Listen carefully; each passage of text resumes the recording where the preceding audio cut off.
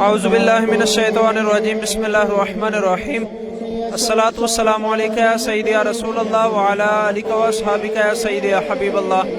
اللہ رب العزت کا فضل و کرم اور کریم آقا صلی اللہ علیہ وسلم کے نظر عنایت کا صدقہ کہ اللہ رب العزت نے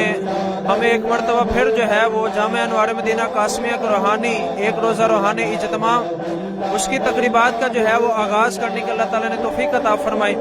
اس میں سے ایک آج تقریب کا جو ہے وہ اہتمام کیا گیا، جو روحانی اجتماع جو ہفتے کو ہوتا ہے اس سے ایک دن پہلے جمعے والے دن جو ہے وہ درود شریفی محفل کا اہتمام کیا جاتا ہے، جس میں 1.25 مرتبہ کریم آقا صلی اللہ علیہ وسلم کی بارگاہ میں ہدیہ درود جو ہے وہ پیش کیا جاتا ہے، تحفہ پیش کیا جاتا ہے۔ آپ دیکھ رہے ہیں کہ میرے پیچھے جو ہے وہ عاشقان رسول صلی اللہ علیہ وسلم درود شریف پڑھنے کے بعد جو ہے وہ زیارت کر رہے ہیں۔ ہمارے قائد محترم جو ہے وہ اس بزم کے اندر جو ہے وہ درود شریف پڑھنے والے جو عاشقان رسول صلی اللہ علیہ وسلم آتے ہیں ان کو جو ہے وہ زیارتیں بھی کرواتے ہیں، جس کے اندر جو ہے وہ غلاف کعبہ کی زیارت اور کریم آقا صلی اللہ علیہ وسلم کے روضہ رسول کے اندر جو چادر ہے سبز اس کی زیارت کروائی جاتی ہے۔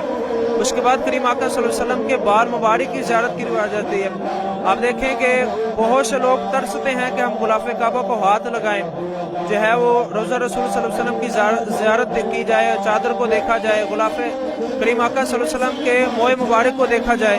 تو الحمدللہ جو ہے وہ اس تقریب کے اندر جو عاشقان رسول آتے ہیں ان کو جو ہے وہ غلاف کعبہ خالی زیارت ہی نہیں کروائی جاتی بلکہ ہاتھ لگانے کی بھی جو ہے وہ ان کو جو ہے وہ اجازت دی گئی ہے،